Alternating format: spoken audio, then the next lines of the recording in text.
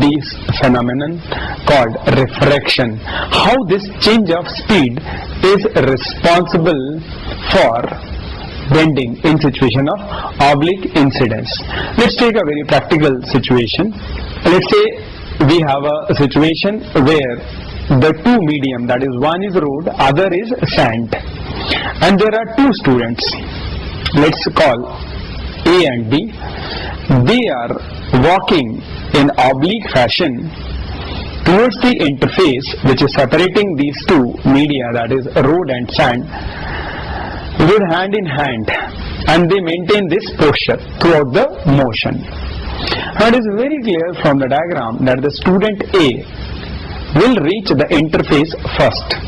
At the instant the student A is touching the interface, the student B is still in road, and we know that the speed of these students in road will be more than the speed when they will be walking in sand. In sand, walking is slightly difficult.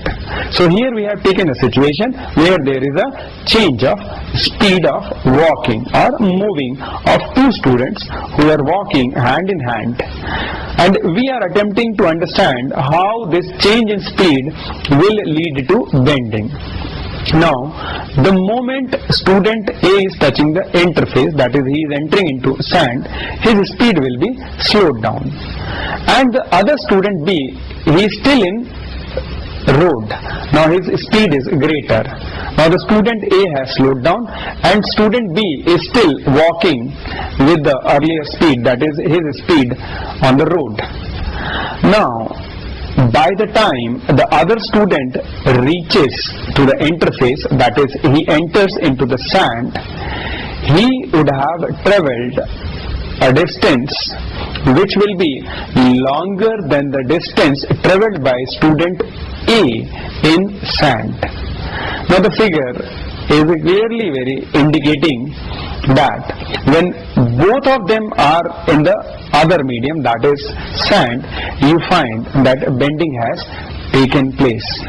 So we make a general rule that whenever light enters in a medium where its speed decreases, it bends towards normal, and the medium is said to be optically denser.